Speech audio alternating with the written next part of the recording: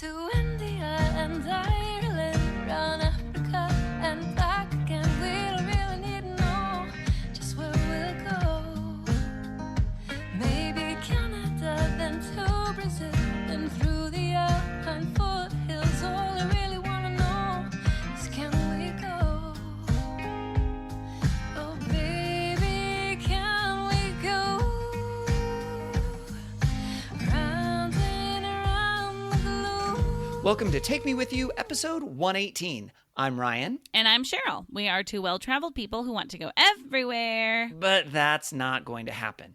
So instead, we'll travel vicariously by inviting a guest to share their unique travel stories with us. Today we're talking to Beka.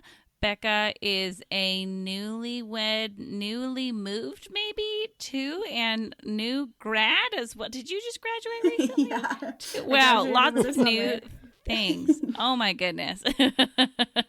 And we knew you as our like little baby high schooler, and now you're not a little baby high schooler so much anymore. So I guess we should talk to you like you're an adult. Maybe. I don't know how you talk to high school students, Cheryl. Oh no, they loved me so much. Yeah. We did. Welcome, Beka. We're glad to have you. I'm glad to be here.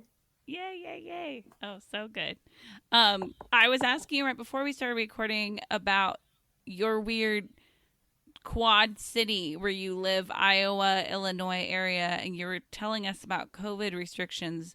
And I was like, hold on, this is interesting for a travel podcast. Because if someone's planning a trip, not necessarily to like where you live, they might be though, I don't know, or anywhere, it's good to know about COVID restrictions. So tell us more about your weird quad city.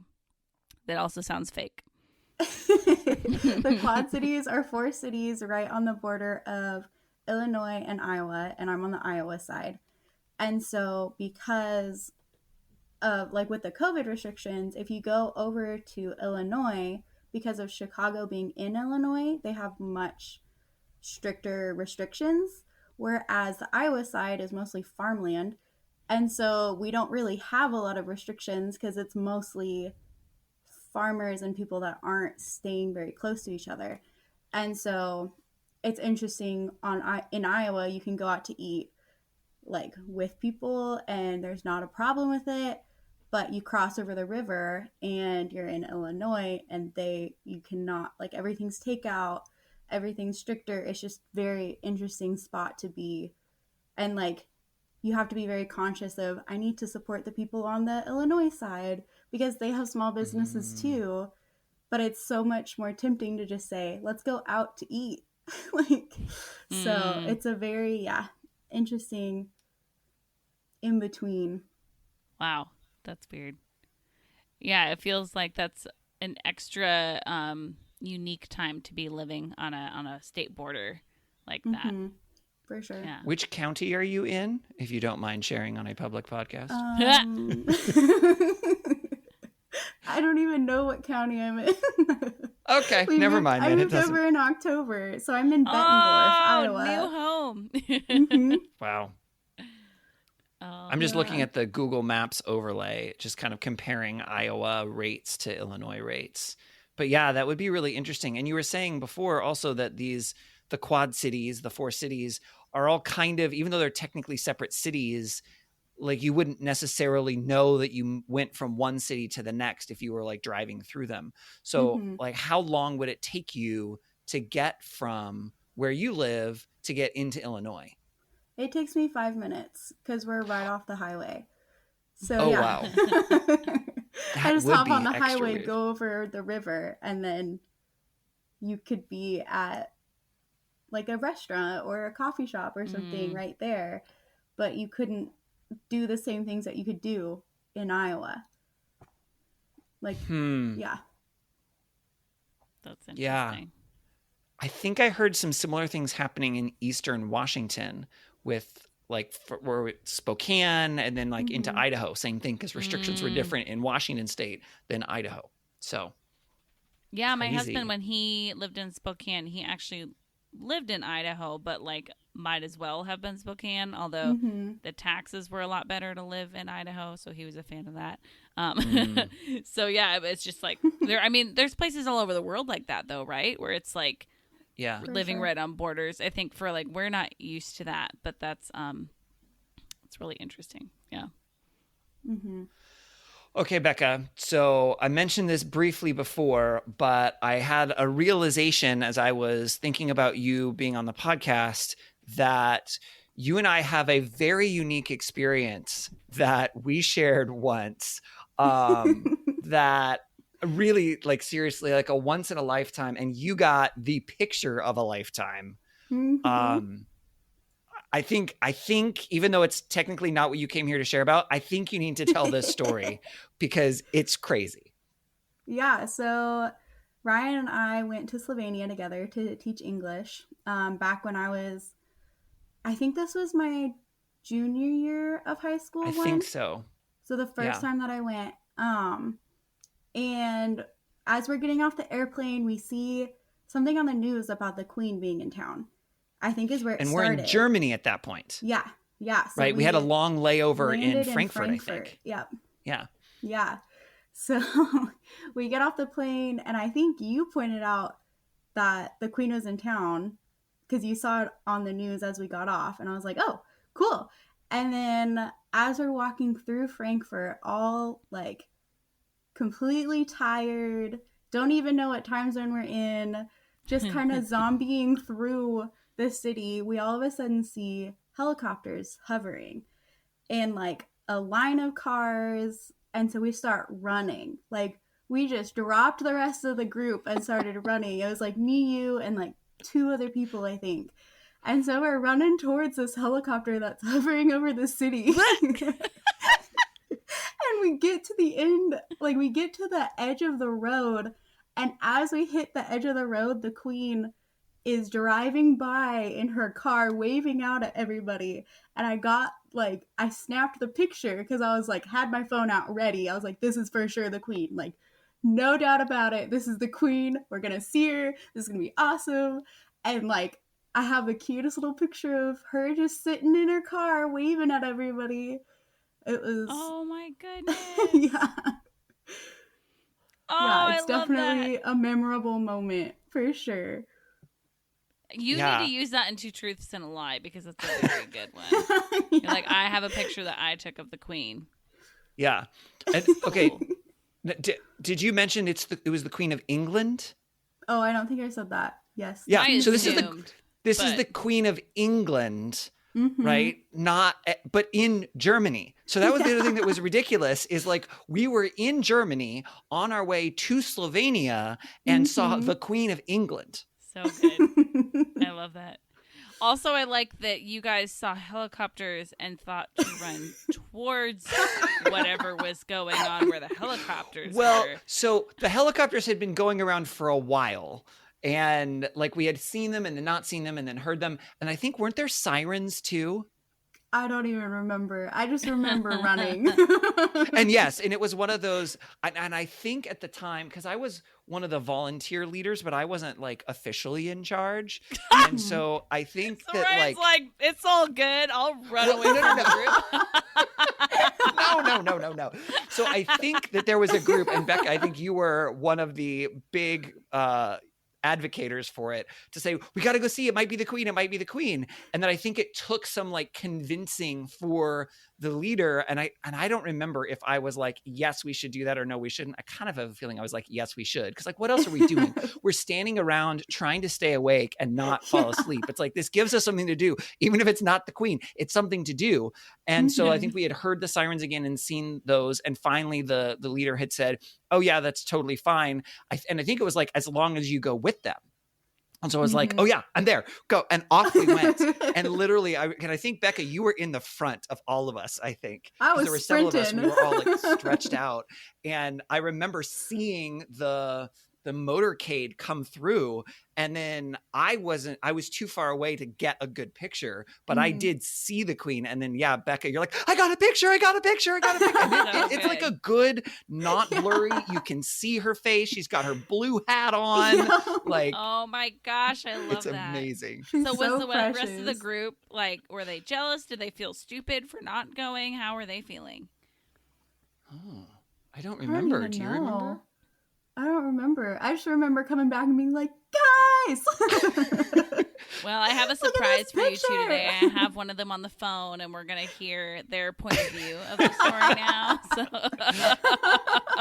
That would actually be really funny. That's hilarious. They're like super bitter. Because our whole group was, I don't know how many of us were there, like 12, 15 total, like I think, that, in our group. And there were only maybe 4 or 5 of us that actually like ran up to see it. True believers. True believers. Yes. Yeah, we are. That's right. Well, Beka, we have a set of 3 questions that we like to ask all of our guests. The first one is, why do you travel?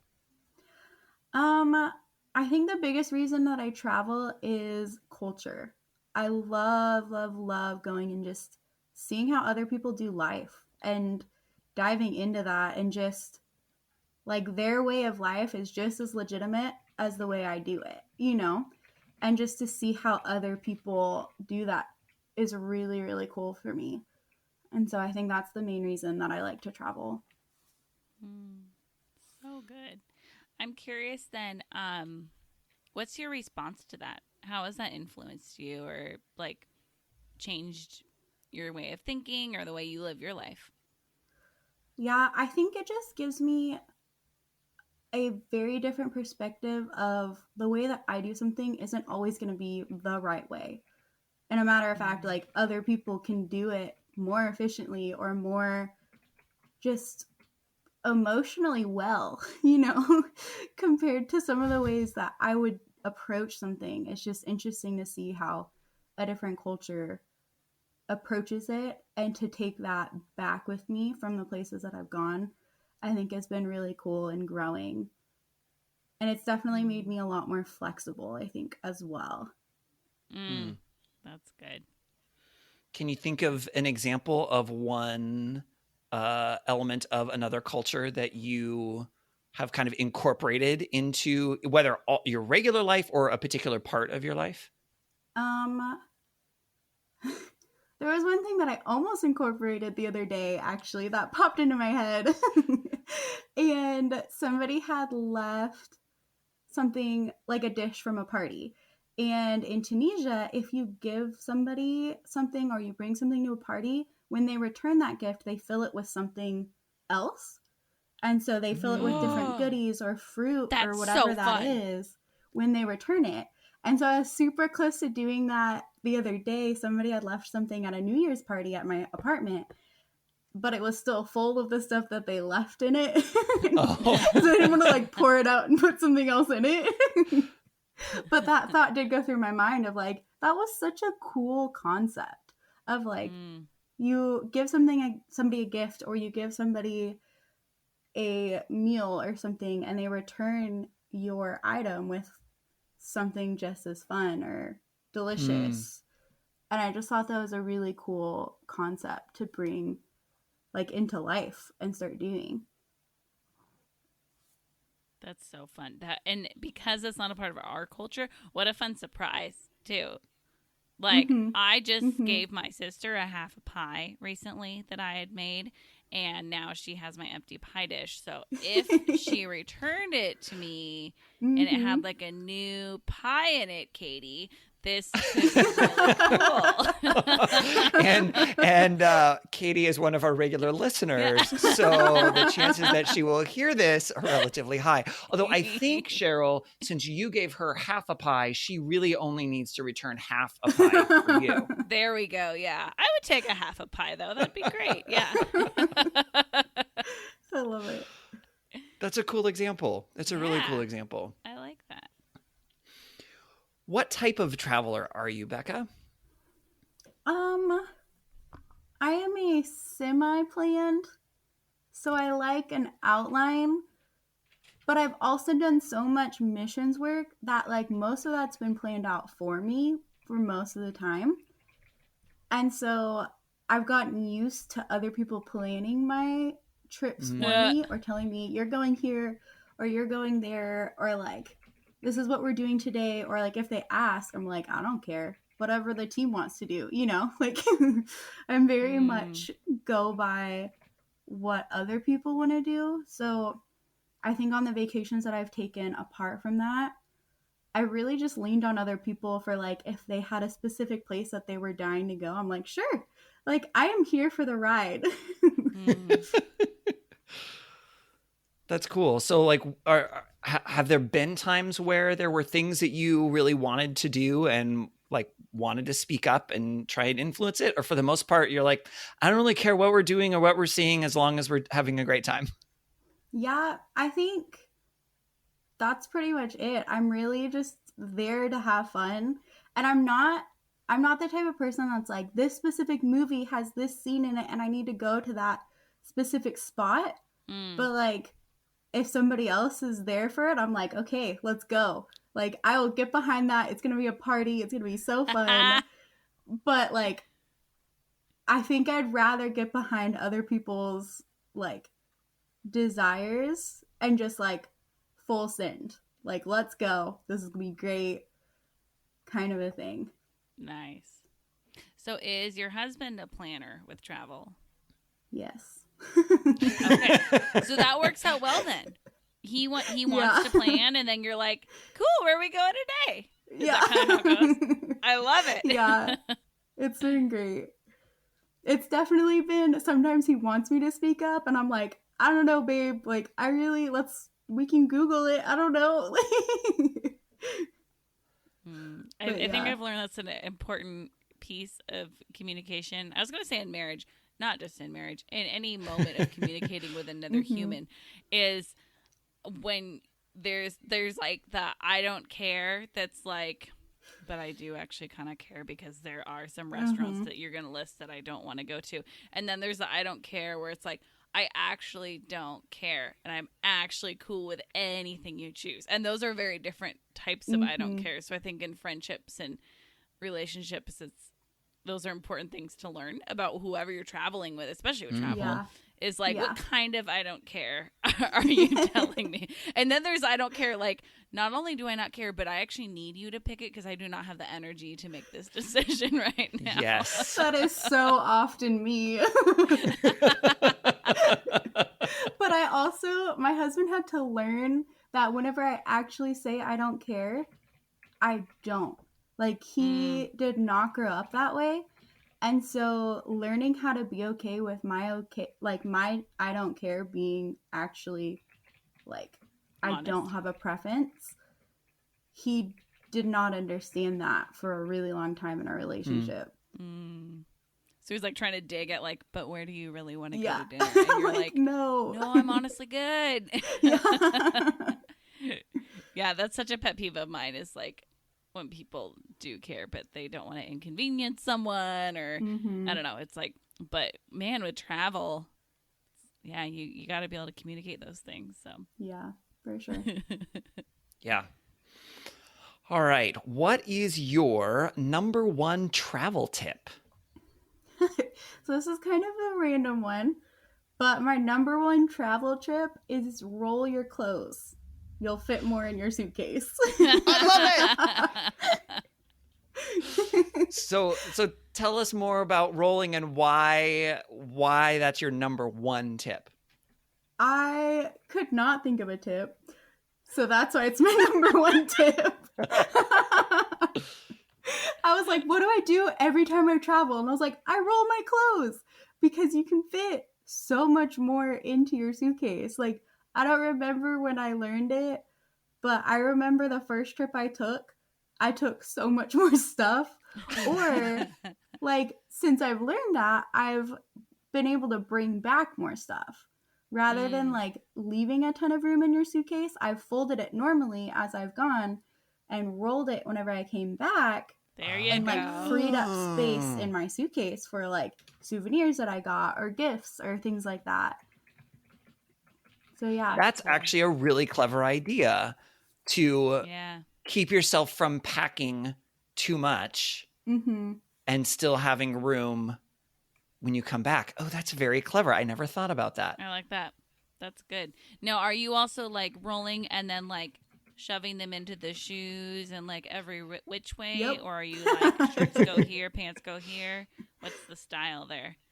I usually roll by outfits / stuffing it in boots. So Okay. I'll like lay out all my outfits and then I'll roll them together, not like physically together, but I'll roll them at the same time so that they end up kind of in clumps in my suitcase. That's So that smart. whenever I go to pull out a shirt, like the pants are there with it and like the socks that I'm going to wear that day, like all of those things are in that same little general spot.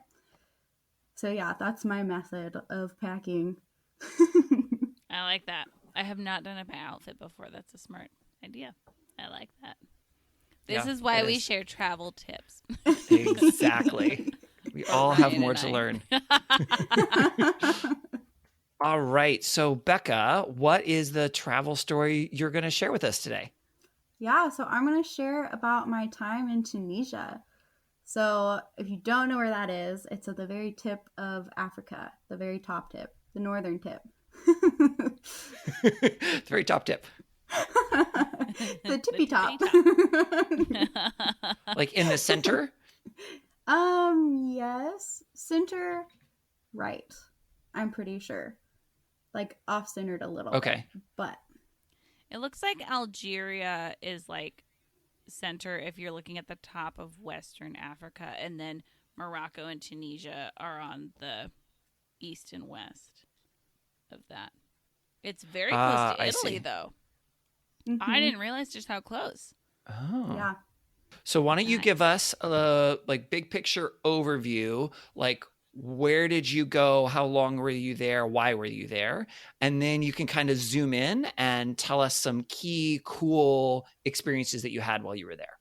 Yeah. So I went to teach English. And so I got put on a team that was going down to southern Tunisia to teach English down there where they had never sent anybody before. And so very few Christians, very few people who even know about God or anything like that. And so it was more of a team of weathered travelers. And so because they had never sent anybody down there, they kind of picked us as, okay, you've done a lot of traveling before.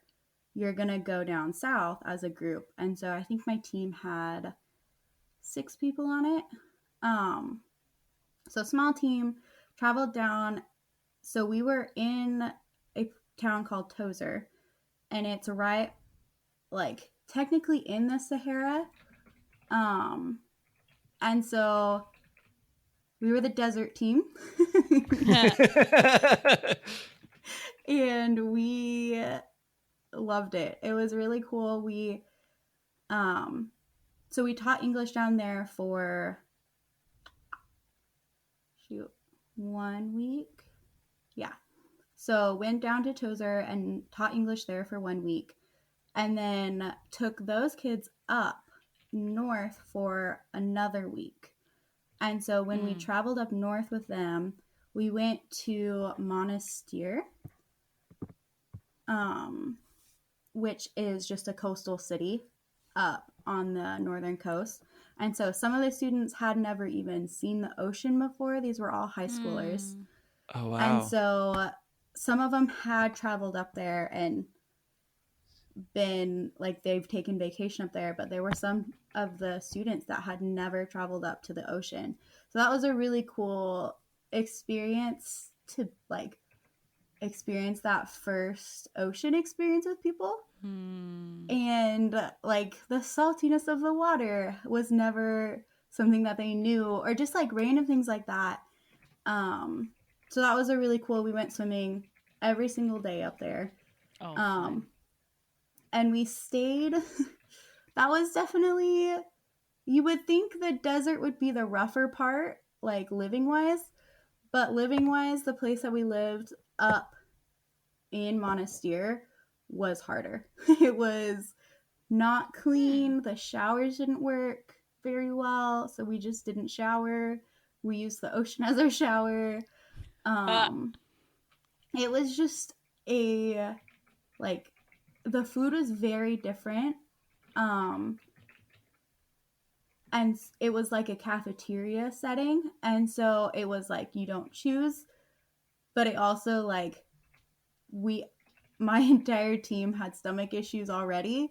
And so going up there and then eating food that just wasn't settling, it made that part of the trip really difficult, just health-wise. Yeah, one of my team members actually has had issues. I think she got a worm or something during that trip, and she's just getting over her issues, and it's been over a year now. Wow. So like a tapeworm or something like that? Yeah, something like that. The doctors never figured out what it was, but she's been like, she had to cut her entire diet whenever she got back. So she cut her diet. Picturing, like, then... what did she have to cut? Like, her intestine? And then I was like, diet.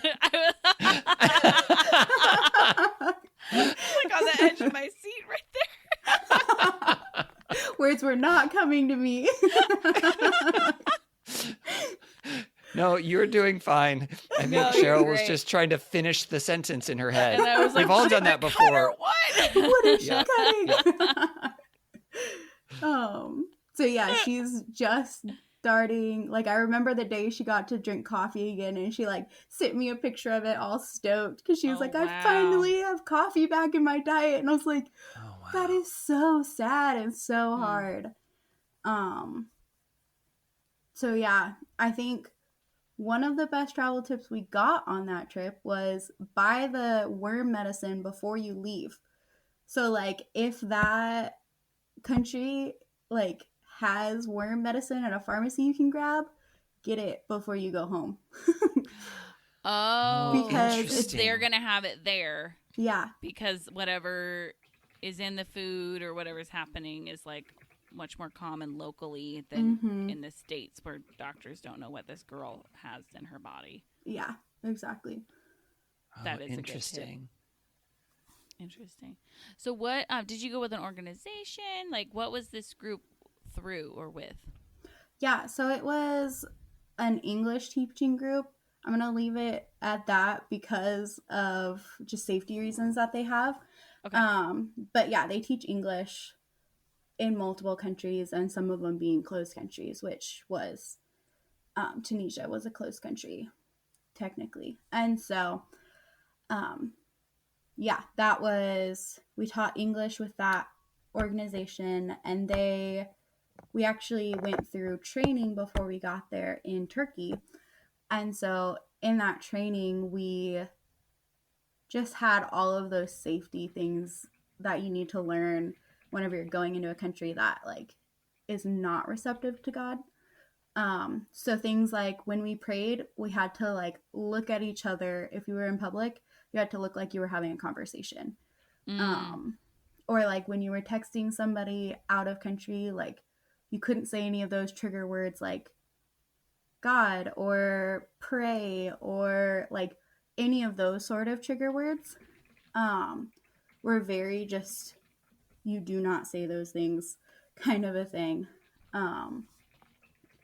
Interesting. Yeah, that makes a lot of sense. I went on a probably kind of a similar trip to Morocco so many years ago at this point. But yeah, we had to be careful with emails and things like that. And more for the people that were living there long term than for our group, because like we were going to leave and that was whatever. But we were visiting people who lived there, and so it was more important for their safety, I think, than for ours. Absolutely. So what languages do they speak in Tunisia? So they speak Arabic. And so when we first got there, they gave us like a 2-day long crash course Arabic with a local in Tunis, which is one of their big cities.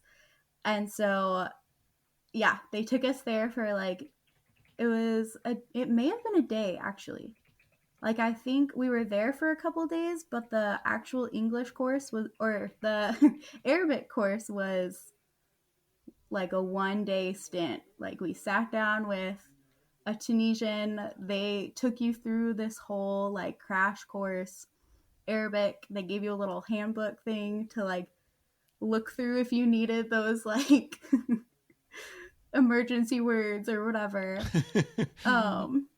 So yeah, that was quite the change of like, I'd never been in an Arabic speaking country, so I didn't know anything going into it. Like, I had zero Arabic in my vocabulary. And then, of course, like working with a camp, you figure out those words as you go along, as you're speaking with the kids in like free time. You're picking up these words and then use them in class, and people are like, yeah. Do you remember any of those words that you sort of picked up? I'm trying to remember. Honestly, I don't. That's well, okay. It's a tricky one too, because you also can't sound it out phonetically because it's a different alphabet. And so Yeah. I think that makes it even more challenging, as far as like, you can't read it and be like, oh, maybe it's pronounced like this. It's like, it's anybody's guess. And so, Yeah. yeah. And is it a right to left language as well? Where they write from the right side to the left side? I think so. Yeah. So was it mostly conversational what you learned then, or did you also learn some of the characters? Ours was all conversational. Okay. Yeah. So they had everything kind of like phonetically like shown, or like they would have the Arabic word, or like in our little handbook, they would have the Arabic word, but then they'd have it phonetically in English right next to it, or like the sentence that you needed. So if you were looking for a bathroom, they had the Arabic word in your little handbook. Or Gotcha. Different things like that were definitely, that was written out for you, but most of it was just phonetically written. Got it. So yeah. you went to Tunis and Tozer and Monastir? Okay. Yep. So are those places, are they large, small, kind of, what are those different cities like? I'm seeing two of them are coastal and one of them is the desert, like you were talking about. What else can you tell us about these different places? Yeah, so Tunis is more, we spent more time in the city in Tunis. And so while we were there, it was mostly like, if we went out, it was to coffee shops, which was a very interesting experience in Tunisia, because all of the coffee shops most of them are geared towards men. Like, they're like there are specifically only men coffee shops. And then, so walking into those, you have to be very careful of, okay, look at your surroundings. Is this a man's coffee shop, or is it also open to women? And so me being a coffee lover, that was a very interesting experience, because like, I want my coffee. And so I'm like, okay guys, which coffee shop can we go in? Where are we gonna find it? Like, sending the guys in our team like to go scout out coffee shops for us was a big part of that trip. And so yeah, Tunis had some really cool restaurants. We actually, during that time, we flew into Tunis, and there was actually a small bombing that had happened in the city right before we landed. So we landed, jumped in the car that they had for us, and we're out of there to like where we were supposed to be next, just because they didn't know the ramifications of it. And so it ended up not being geared towards tourists, or I don't remember the details of it, but it wasn't putting us in danger specifically, but they didn't know anything about it whenever we got there. And so we hopped in these cars that were random Tunisian drivers that they had like used before. So they trusted these guys, but I remember we got in a fender bender while we were driving away from that, and everybody was like, oh no, like we're all Americans, so we're thinking like this is gonna be a while. But our driver hops out, talks to the guy for like 2 minutes. They look at their car as he hops in, and we just go. And we were all just like, what just happened? Like, I do not understand. And so that was a very like culture shock moment, because we just got into the country. We're just learning about this culture. We didn't know anything. Like, we hadn't interacted with anybody yet. Of course, we had heard about the culture, but we hadn't interacted with true Tunisians yet. And so it was just such a funny start to the trip of like, you get in a fender bender and everybody's fine. We just keep going. Like, nobody cares about the car. Like, there may be a scratch or a dent or whatever, and you just keep going. And so, yeah, we spent very little time in Tunis, just because that's not where we were stationed, and that's not where our team was. That was really just for language. And then from there, we went down to Tozer, and that's where our main focus was for that trip. And so that was a really neat experience, because it was me and the three other girls on my team. We stayed with a local family, and cool. That was really neat. And he was the father of the household, was actually the one that like was spearheading bringing these teachers into Tozer. And cool. So he was like the connection that we had down there, and like really like good English, very fun, outgoing, crazy guy. And so it was him and his wife, and then their son still lived with them. And so she made us breakfast every morning, and that was mainly dates from like their family date farm, which was unreal amazing. Like, these dates were fantastic. And then coffee and like little biscuits and just different types of cookies, I guess. Biscuits being cookies. Yep. Not American biscuits, but like biscuits. Yep. And like fresh fruit, and just a really good spread of breakfast. And then we would actually, all of Tozer shut down in the middle of the day because it was too hot, because we were there in the summer. And so it gets extremely hot in the middle of the day. So the whole town basically shuts down. All of the shop owners close up shop. You go back home. You have your nap time. And then you come back for the evening. And so... Oh, so it's kind of like siesta in some like Spanish or Hispanic communities. Yeah, very much so like that. Cool. It wasn't uncommon to see like midnight would hit and you'd see like families finally going home for the evening, or just like things like that with small kids, because they had a long nap time in the middle of the day. So then the parents would keep them out later. And so there was a lot of nightlife going on. And it's like finally not too hot. So that makes so much sense. It's so interesting to me how much the weather impacts culture. And like the way people live their lives and everything. Absolutely. We used to joke because we'd have a 20-minute, like me and my roommate would try to like lay down for a 20-minute nap, but it would end up being like a 4-hour nap, and we'd take up the whole time. I mean, you might as well. It was you participating in the culture. Yeah.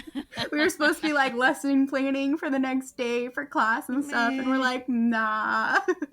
You needed to experience culture. Yeah. So you said it was technically part of the Sahara Desert. So do you have any idea how hot it got in the middle of the day? Oof. I actually don't even know. I was sleeping. How about in the evening? Was it still pretty warm even in the evening? Oh, yeah. We So because of it being a Muslim country, we were very covered. So like no shoulders showing, like we had knee or below length skirts or pants on.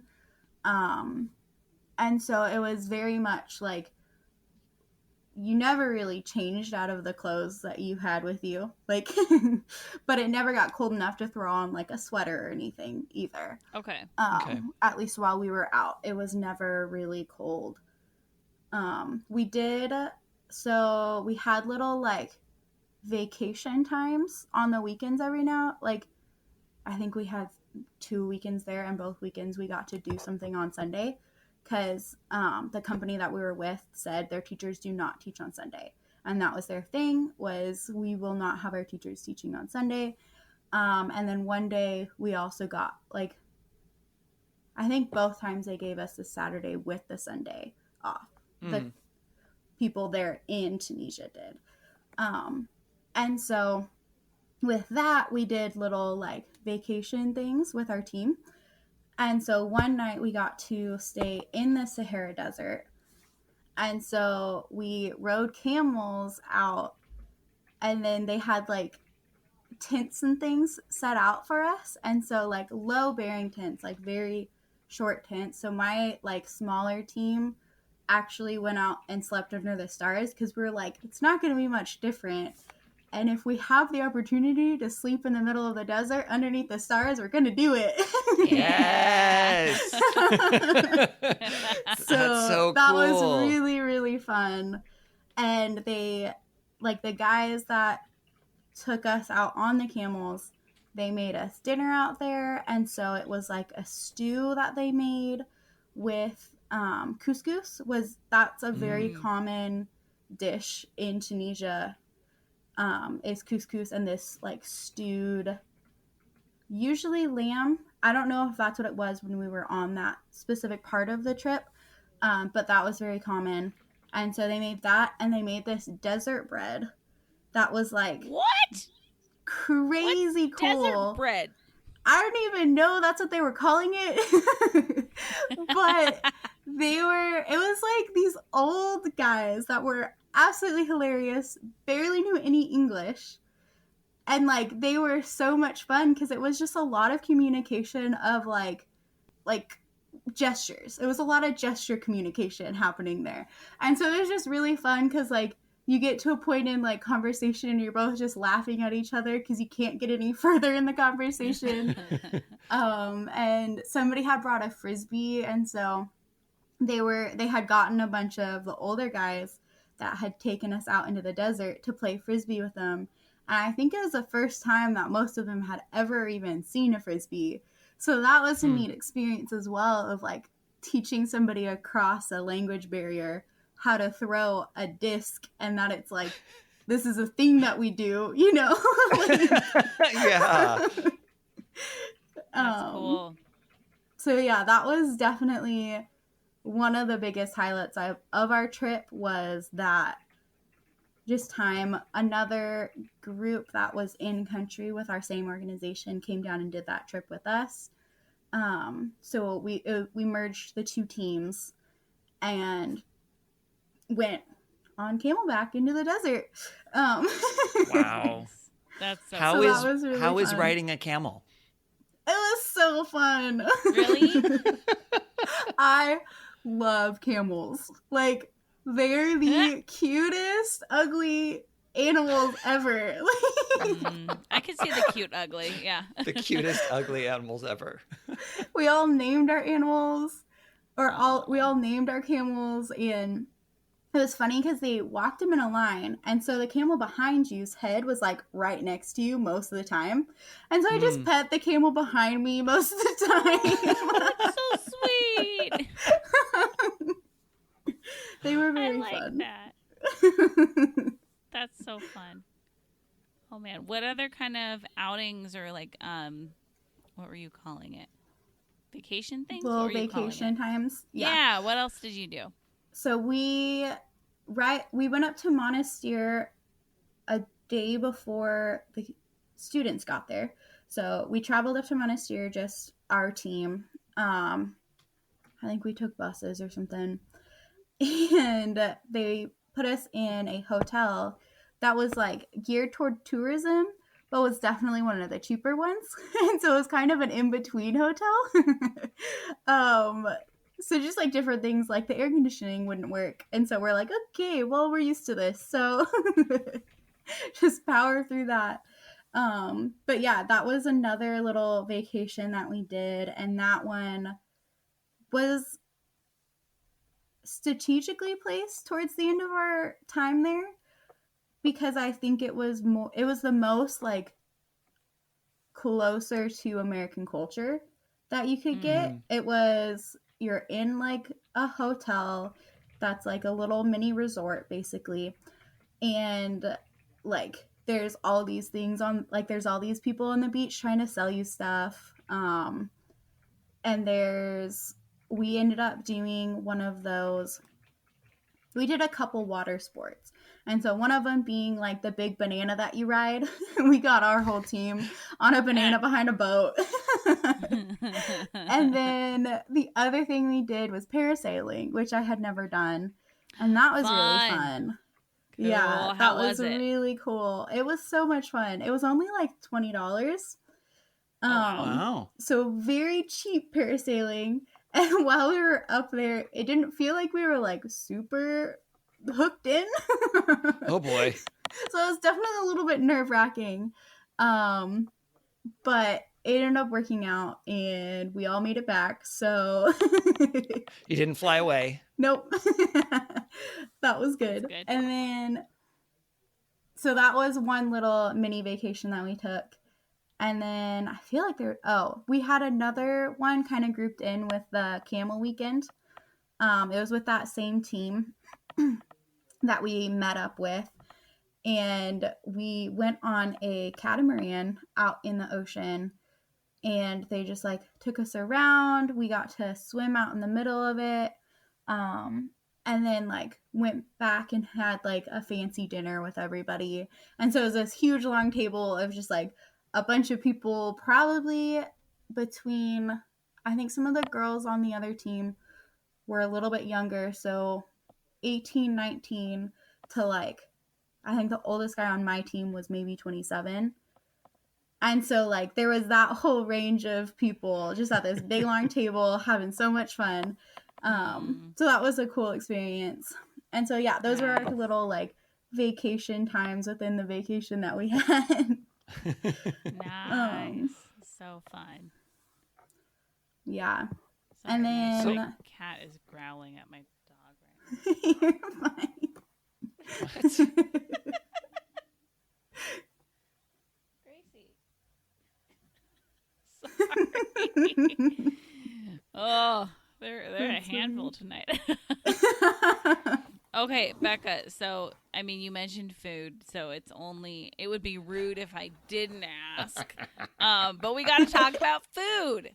So, I heard couscous, I heard stew, I heard desert bread. What else? And dates. I heard dates in the morning. What else are we talking with the food here? How was it? They had, I'll start with the like daily food that we had. So we had that breakfast, and then there were these, I wish I remembered the name of them, but there were these sandwich things it was like a layer of cheese, this really specifically seasoned chicken or whatever meat you got, but right now I'm picturing my chicken one. And then it was kind of a flatbread like sandwich roll type thing.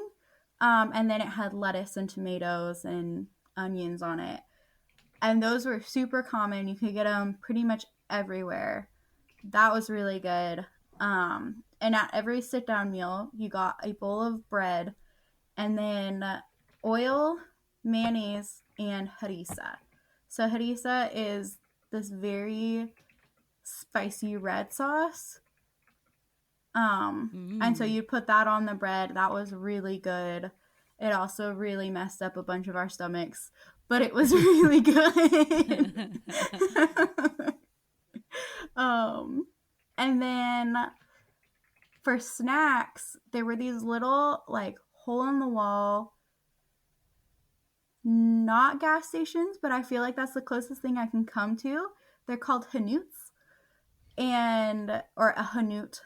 And you would go to the hanoot and you could get nuts, you could get any sort of, like, little snacking items. That's where we got our water all the time because we couldn't drink water out of, like, the faucet or anything.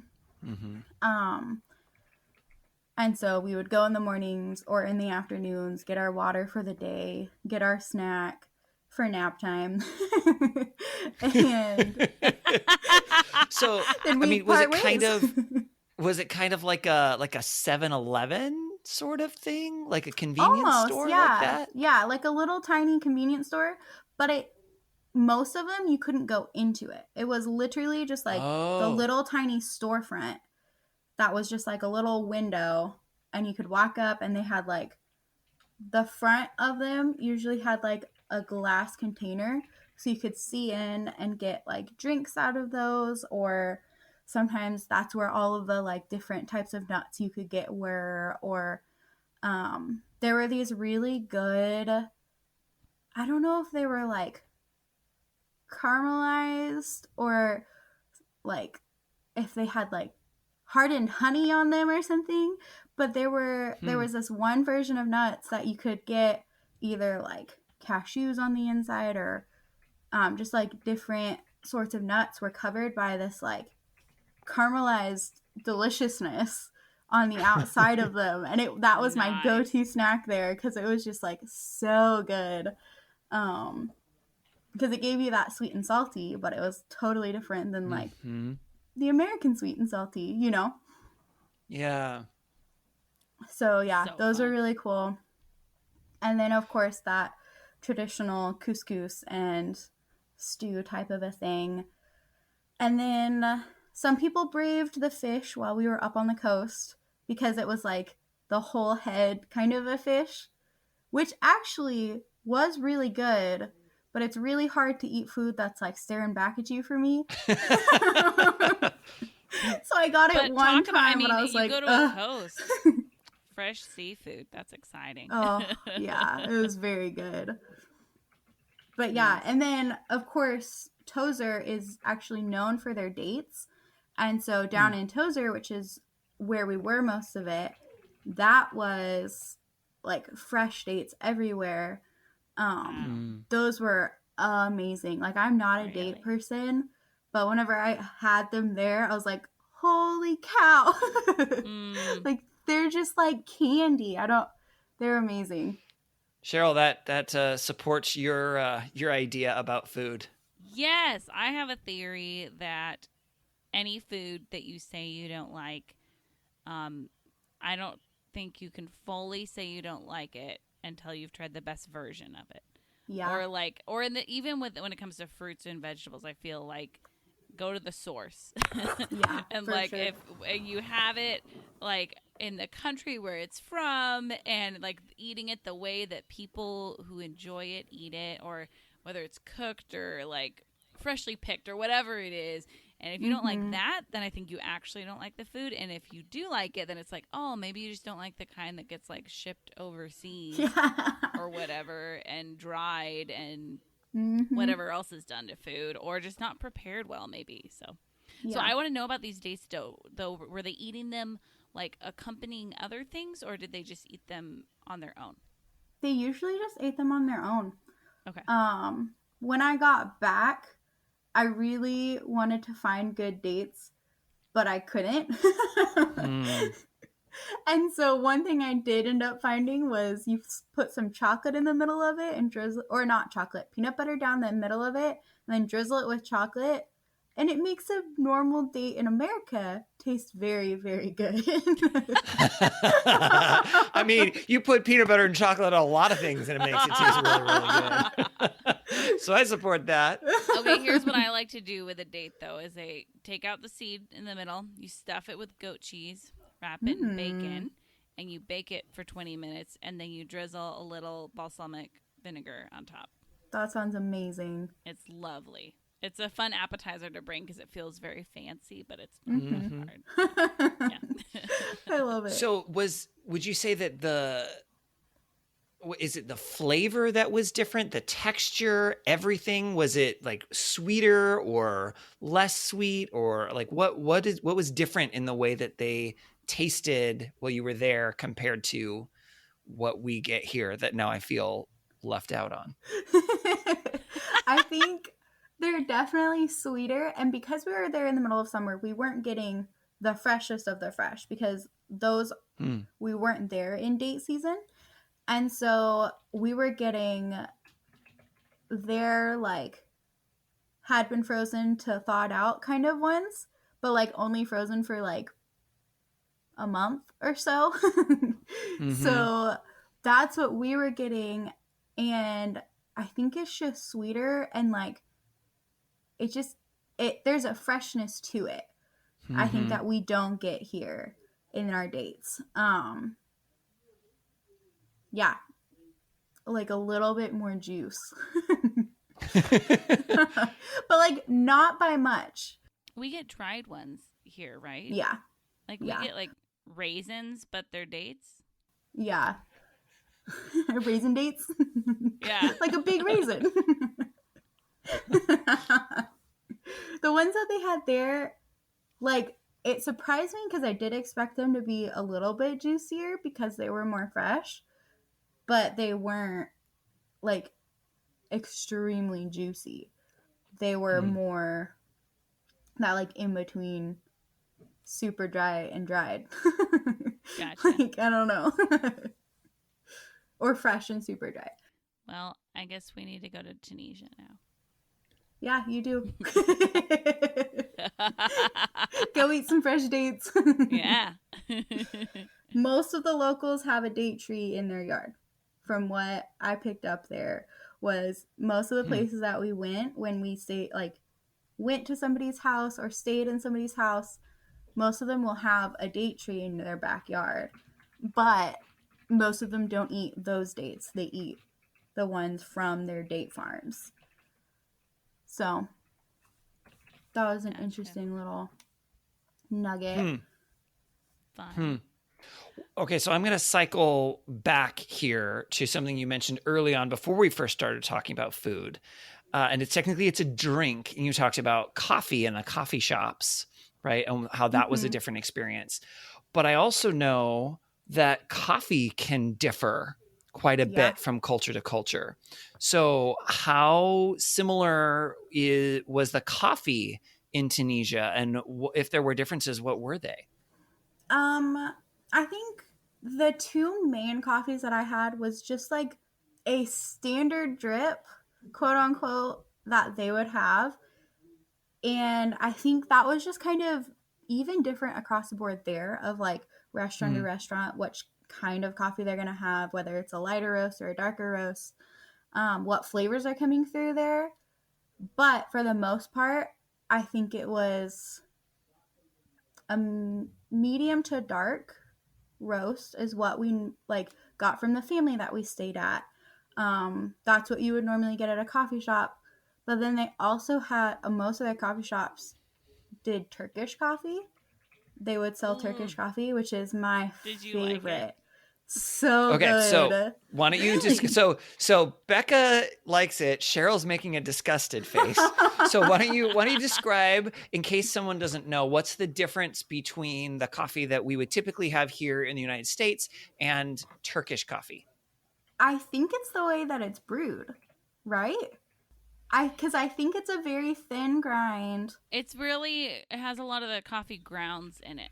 Like the beans are ground super fine, and so the grounds kind of end up in the coffee. Yeah, so... Am I understanding that the same as you? Yeah, the way that they served it there was they gave you your own little pitcher of it. And so the pitcher had all of those super fine grounds at the bottom of it. But then they also gave this, like, I think it was jasmine that they put in it. And that's, I think, what flavored it so good to me. Because I'm not a huge flavor person in my coffee.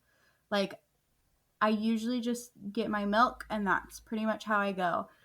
but they like brought it out one time. And at first, the first time I saw it, because it's in this like thin little like tube, like silver tube that they bring it out in.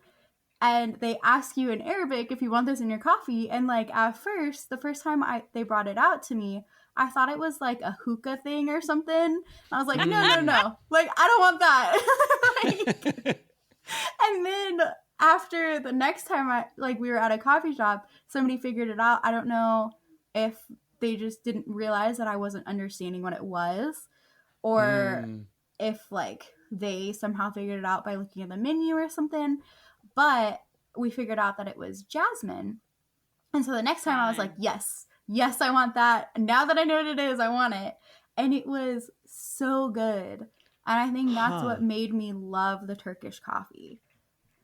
Interesting. That's so fun. I've never had jasmine in coffee before, but that sounds delightful. You will now, won't you, Cheryl? You're going to try it. Oh, yeah. I love a floral so flavor, good. too. I like a lavender coffee or things like that, so I imagine I love lavender coffee. Yeah. So fun.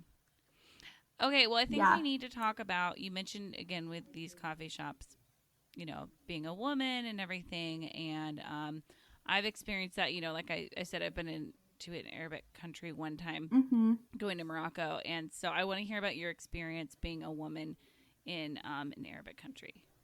Yeah, so I think one of the biggest things that like I really had to change about my behavior there was you weren't supposed to look a man in the eyes. So as you talk to him, I think they gave you a little bit of slack because you were American. And so like if I was talking directly to a man, I would look him in the eyes. But as you're passing somebody in the street, you do not look that man in the eyes. And of course that was different with like vendors or things like that. Those guys were all over the tourists. So that was definitely a different experience. But for the most part, we had 2 guys on our team and 4 girls. 4 girls on our team and 2 guys on our team. And so if we ever split up, the guys would split and we always had a man with us. And like if we were getting a taxi or anything, it was his job to get the taxi, sit in the front seat with that taxi driver, do most of the talking for us, and just things like that I think were very incorporated. We never went anywhere alone as women. That was just in our safety things, was always have a man with you, unless we were at the place that we were staying. Obviously we didn't have the guys like there with us or things like that, but if we were out in public, they were always with us. And so yeah, I think, and then that also was different with like teaching. I was in the oldest classroom, and so I had 16, 17, and 18-year-olds, mostly 17 and 18. And so, mostly 17. I think there was one 18-year-old. And then some 16s that got moved up into our classroom just because they had really good English. And then, so with that, I was with my teaching partner was this huge rugby coach. And so he was my teaching partner, which was very helpful because I think in a class like that, most of them knew each other or they've gotten to know each other over the week of camp, the 2 weeks of camp. And so as the week goes on, they get more and more rowdy. They try to get away with more stuff. So it's really nice to have a rugby coach as my teammate because he would just get their attention and like put them in their place. Because if I'm yelling over a classroom, nobody's hearing my voice. Nobody's listening to my voice. I'm the little blondie in the front of the classroom trying to get everybody's attention. So that was really helpful. But for the most part, the students were very respectful. The guys respected you. They were definitely taught to be respectful, which was cool. Because you're the teacher and because you're coming from America to teach English, like they were on very good behavior, all things considered. But That's then good. they're also teenagers, so. I don't know what you're talking about. Yeah, Ryan.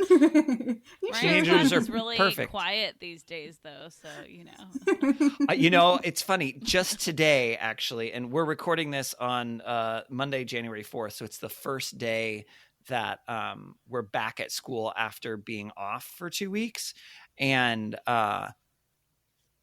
there was one of the students at the end of one of my classes was like, Mr. Palmer, my sister wants to say hi. So his older sister, I don't know if it was last year, but like a couple of years ago for sure. I've had her more than once.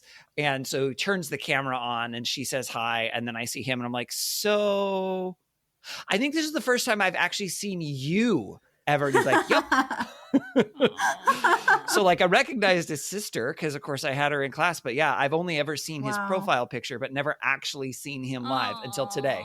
So yeah. And then he confessed to, sometimes playing Xbox during my class and things like that. And I was like, great.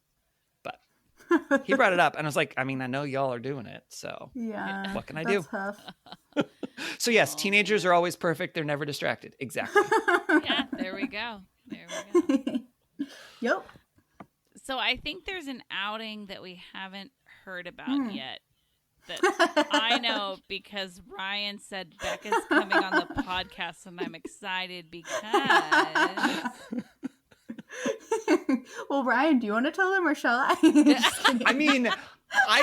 All I know is I saw your pictures on Instagram and was so jealous, but I don't know anything about how you did it, where you got there, where even it is in the country. It is literally the only thing about Tunisia that I knew prior to you coming on the podcast and sharing about the country. Like, I guess I knew it was in Africa, but like, other than that, like there is only one thing I know about Tunisia, and that is because it's related to Star Wars. But I think I'm very excited to hear this story. Yeah. So in the evenings, we got to do a couple outings, and one of the guys that was American in town, he obviously knew where all of these Star Wars spots were. And so one of the nights he brought us, so we grabbed those sandwiches that I was talking about earlier, and he brought us into, this was the first Star Wars like snippet that we got. And it was, we didn't get any pictures because it was dark outside, but it was basically this cliff, like valley type thing. And so it's like...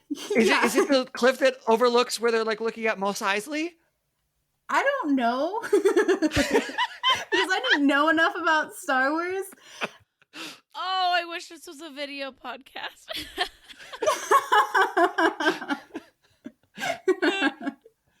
Sorry, go ahead. I'm interrupting your story. Good. Go ahead. They like used it for different scenes, and like there were still parts in the rock that you could see they had like drilled down and like stuck the like video camera stand things on, like this huge and so yeah, we walked down into this like valley cliff thing and like it felt like you could see like spaceships would be like going through this, and you're like, yep, I can see it, like this is for sure part of these movies. I don't know which part, but it's definitely a part of these movies. So that was our first snippet of Star Wars. Okay. And then a couple, or on a different day, I don't know exactly, they all blur together, but on a different day after nap time, we took this 4x4 out into the desert. And so a 4x4 is literally just like a souped up car. I don't know, like a souped up mid-sized car. I don't know. So we took one of those into the desert, and so before we hit Star Wars stuff, he took us on like this long path that like you're driving over sea dunes, or sand dunes, and like going all in the desert, kind of like you're like dirt biking or something, but you're in a car. And so that was super fun. Yeah. Yeah. Kind of like four-wheeling. Yeah. Yep. And so, yeah, we did that first. And then from there, we ended up at this, they call it, I think they called it a salt lake, but there was no water. It was just like a salt. Was it a salt flat? Salt flat, probably. Yes. Yeah. A salt flat. And so they took us to these salt flats, and there was one cliff that kind of stuck out in the middle of it, and they called it the Camel's Head, I think is what it translated to. And so it's literally just a rock formation that kind of looks like a camel, so they've called it that over the years. So we climbed up that, and that was really cool to just look out on this huge salt flat, and it's just like you can see for miles, which is like, we're in the desert, so it doesn't feel like you should be able to see for miles. Because normally there's sand dunes in the way. So that was really cool. And then from there, we're driving along, and like we don't really know where we're going at this point. Like they haven't told us much about this trip. They throw us in this car with a guy that barely speaks English, and we're just going. We're like, this is great. We'll do it. Sounds good. Thank you for booking this for us. This is where your travel style works well. Yes. Yeah. And so at one point we're going up this fairly large sea dune, and you peek over the top, and there's a Star Wars set at the bottom.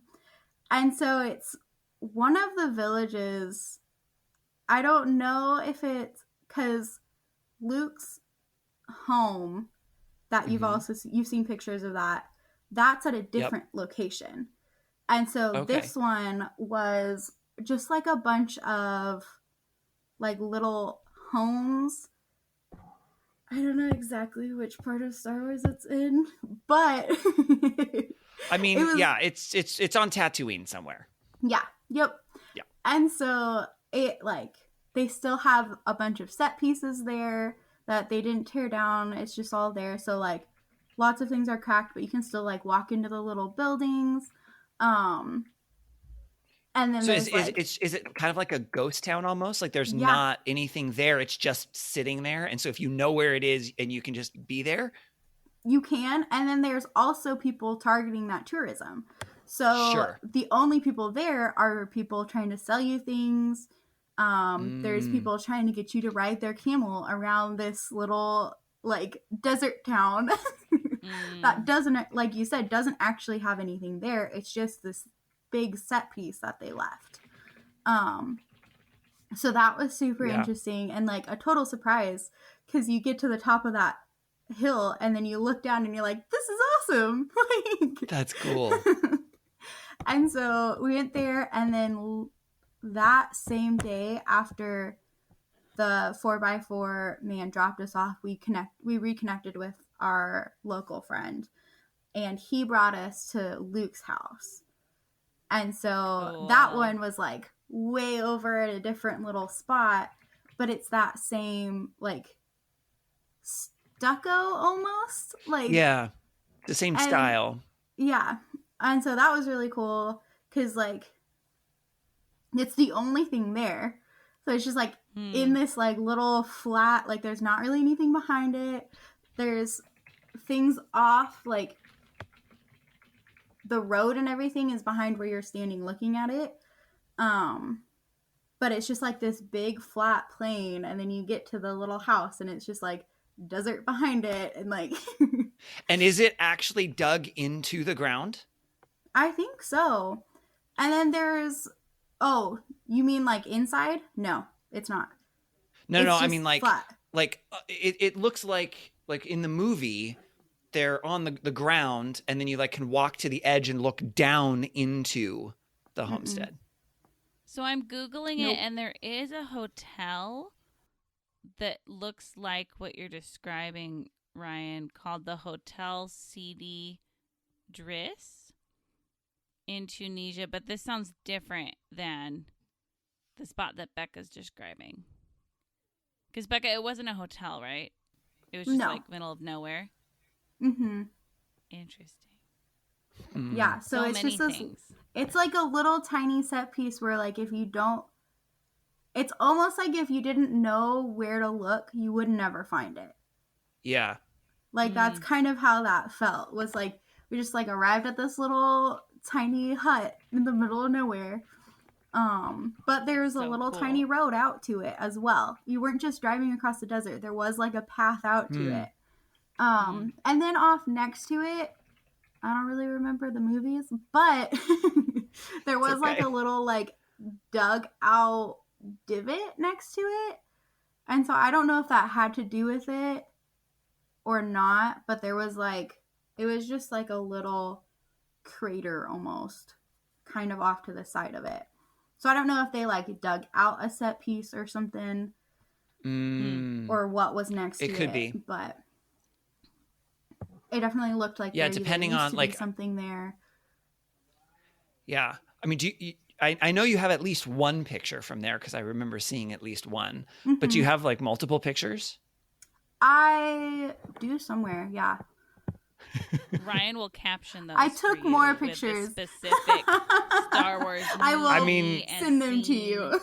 Yes. I mean, I can't promise that I will know the exact spot for every single one depending on the picture, but I can probably figure out a good portion of them. Yeah. No, I'm just reading people's, I don't know if they're blogs or what they are, various things about Star Wars sets in Tunisia. And how This awesome it cool. is.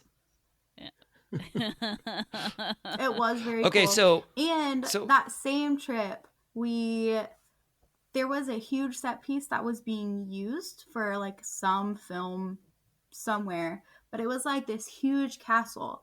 So you drive up to it and it's made out of like plexiglass or something super thin. So you drive up to it and it looks like this massive castle. And then we drove through it and it was just like this little thin piece of material. Like you get to the back side of it and it doesn't look like a castle, it doesn't look like anything, but on the like front side of it, it's this huge castle wall.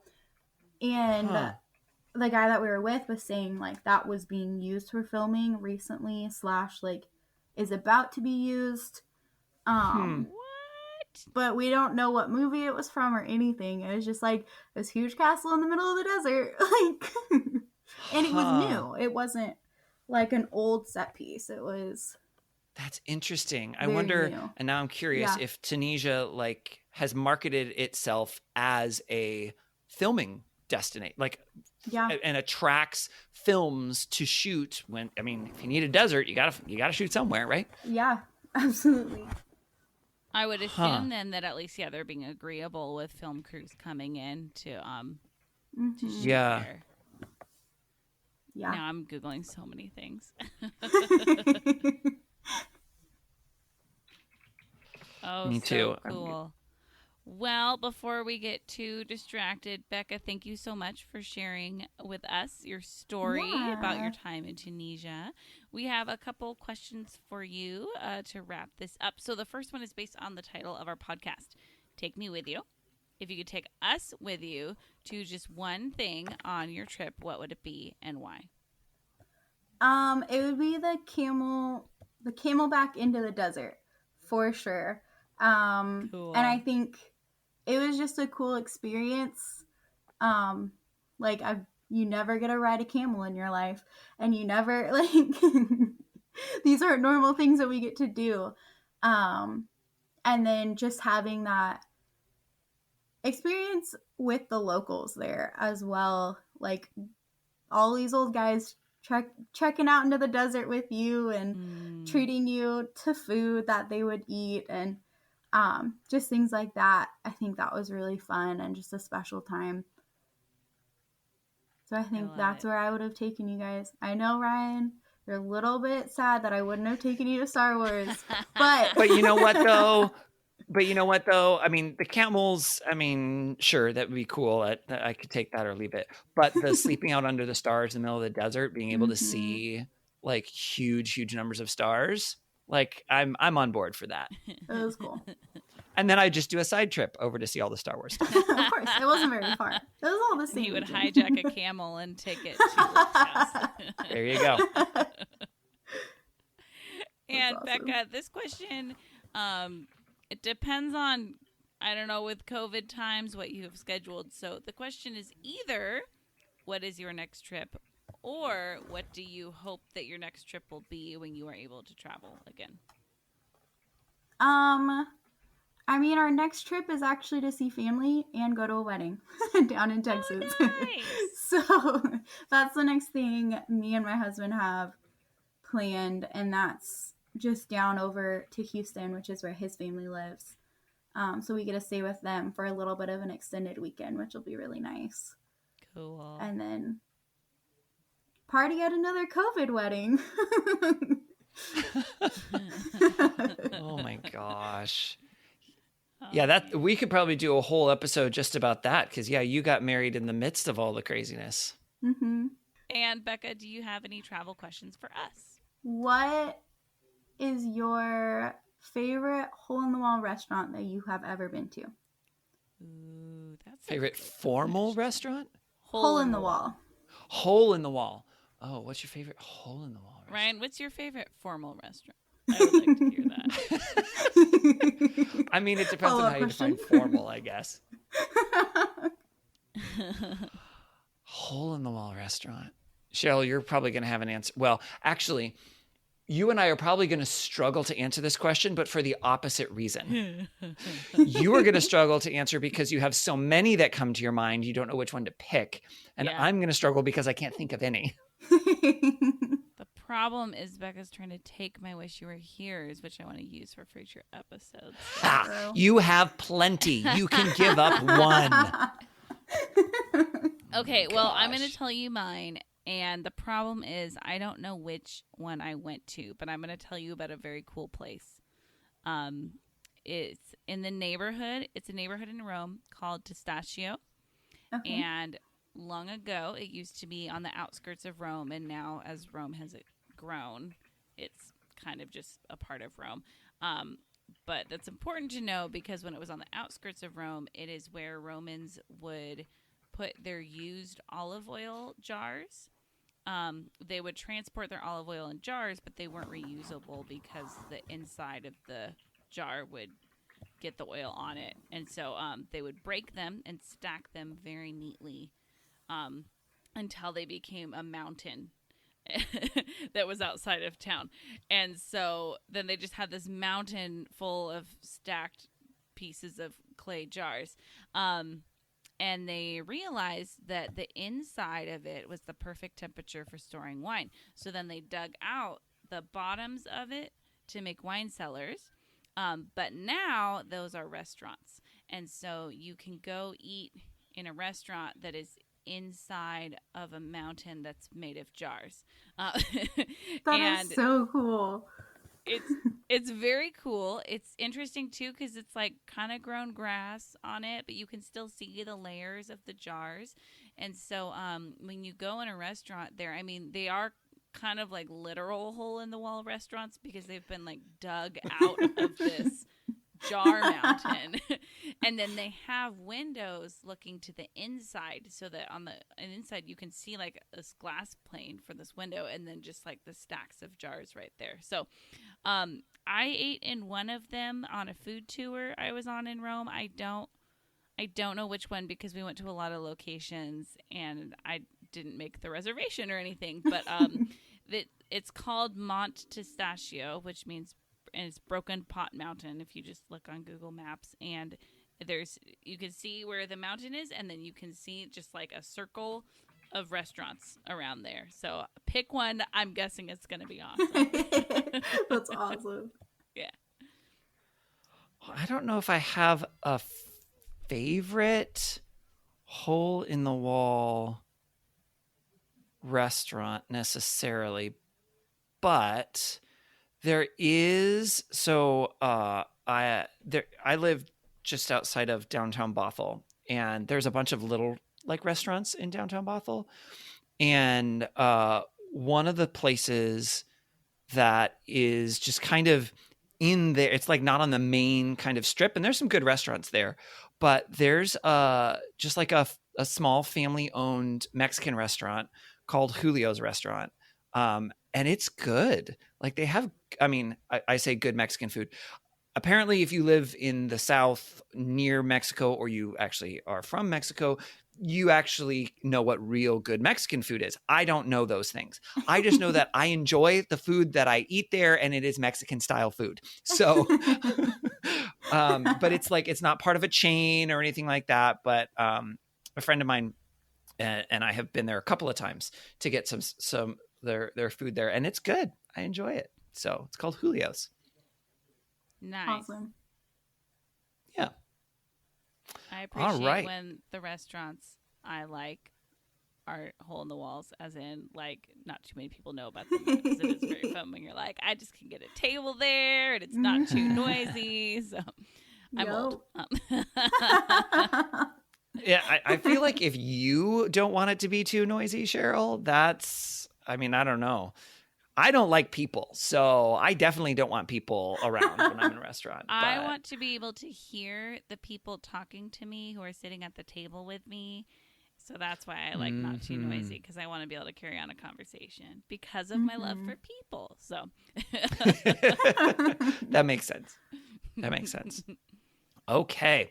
Well, we're going to go ahead and transition to the last segment of our episode called Wish You Were Here. During this section, each of the three of us is going to highlight a travel attraction from the places that we've been before, and to tell people about these cool little things, kind of like, hole-in-the-wall restaurants, which is why Cheryl was a little bit bitter there, but she'll get over it. You can think of it like a little snapshot or a postcard that says, hey, this thing was really cool. I wish you were here.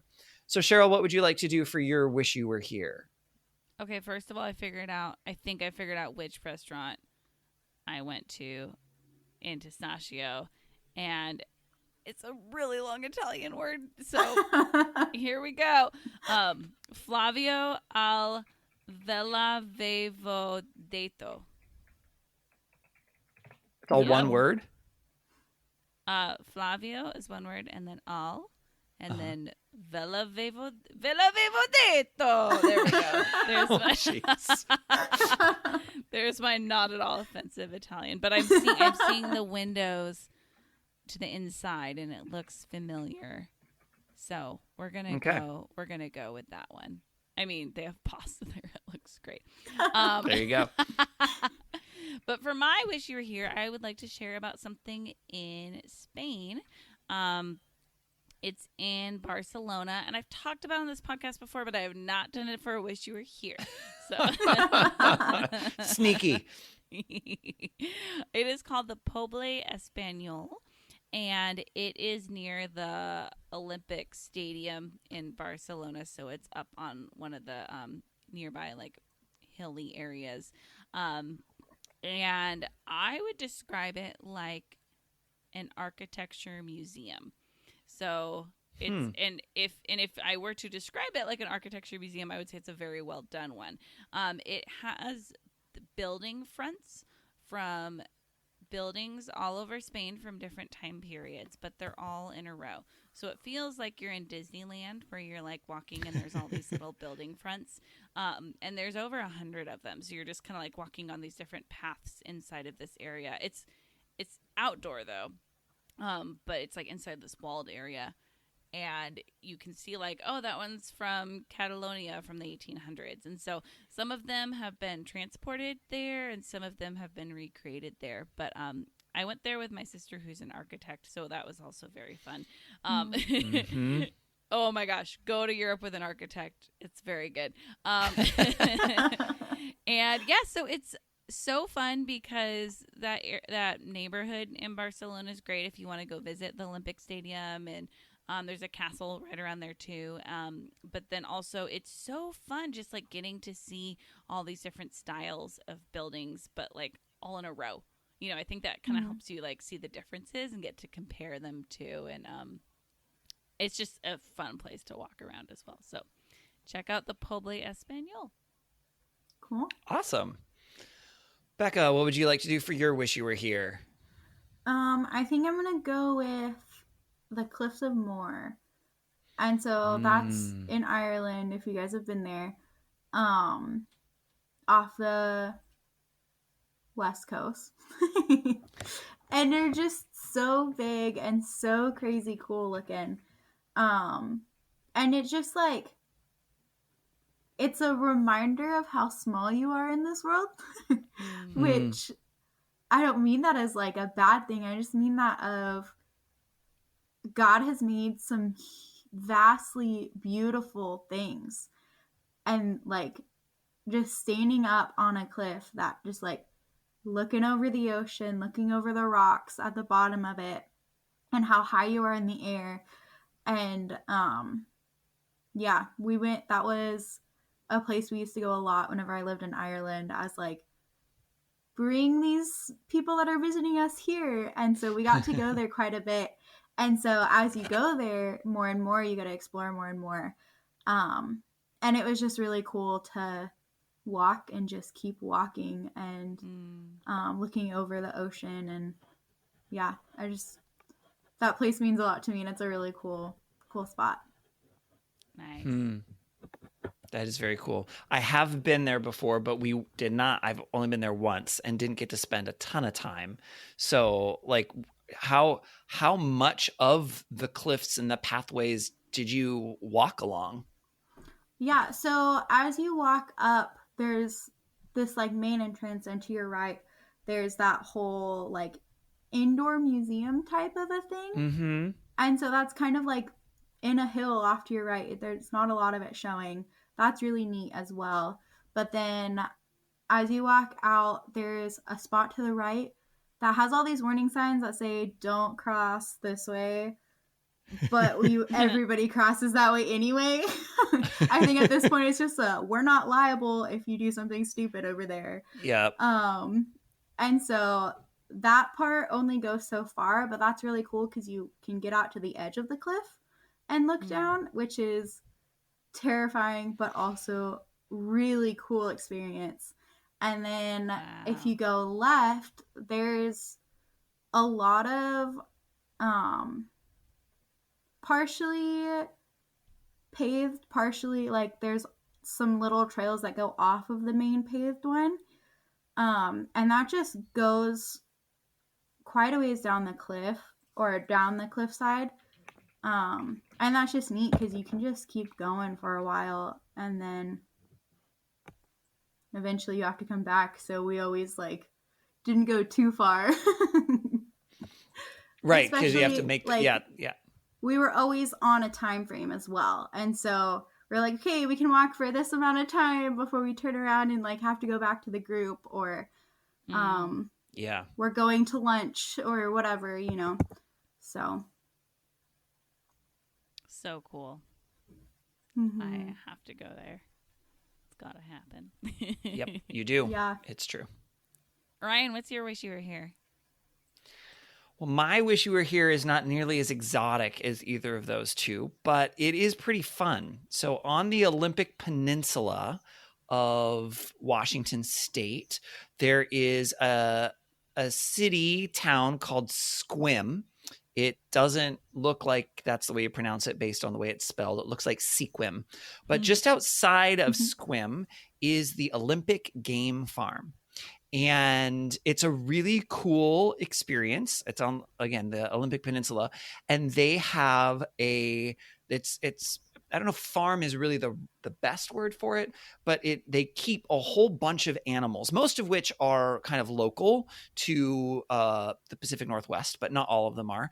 And they kind of roam around. And so you can do a tour through your car where you can kind of drive through, and there are like elk and moose and I don't even remember what all there are, but all sorts of different kinds of animals that are just kind of walking around and will walk up to your car and like move around. And there's other stuff you can kind of get. There's other things where you can get out of your car and see other stuff in other places as well. So it's kind of like a zoo in that sense, except you're much more kind of immersed and you're visiting them as opposed like in their world, as opposed to us making habitats in our world, like a zoo typically is. So it's not like super, marketed and really fancy looking. It's pretty much just, hey, yep, here's the animals. Here's this little dirt path you can drive around. I don't remember if it was dirt or if it was paved, but it's really fun. So the Olympic Game Farm on the Olympic Peninsula, just outside of Sequim. Nice. I have never been there. Really? That surprises me. I figured you would have been out there a fair amount, and I love a zoo. You should. You love a zoo. Your husband loves a zoo. Yeah. Your stepson, I think, would love it. Mm-hmm. Yeah. I think you guys should go. All right. Cool. On my way. You're like, done. Got it. All right. Well, that is going to bring us toward the end of our podcast. We would love it if you would follow us on social media. We are at TMWI Podcast. That's TMWI for Take Me With You Podcast. Beka is going to share some pictures with us, and so we'll post some of those on our social media site so you can see some of the cool experiences she had in Tunisia. We are on Facebook and Instagram and Twitter. You can also email us at timwipodcast@gmail.com.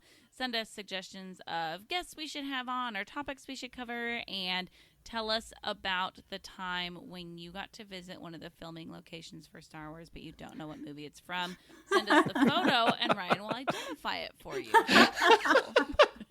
That would actually be a really fun game to do as an episode. I would love it if people have actually been to Star Wars sites and they send us the pictures of where they went, and I have to see if I can figure out which movie it was from. That would be super fun. That would be a fun game. Let's do it. That would be. Okay, done. You can also call us and leave us a voicemail at 406-763-8699, or another way to remember, 406-POD-TIMWI. Please rate and review our podcast and tell other people what you think about it. Subscribe to make sure that you don't miss any episodes, and share about this episode on your social media so other people can hear about the cool things in Tunisia that Beka just shared with us. As always, thank you to Beth Reed Miller for the awesome artwork. You can check out more of Beth's artwork at Beth Is Something. And thank you to Erica Corbin for the use of her song Around the Globe. You can listen to Erica's music wherever music is sold or streamed. Beka, thank you so much for coming on our podcast and sharing your travel experiences with us. Thank you so much for having me. This was a lot of fun. Yay! Well, that's all we have for this week. So until next time, remember to take me with you. Take me with you. Can we get a sailboat chasing down the sunset as we float round and round the globe?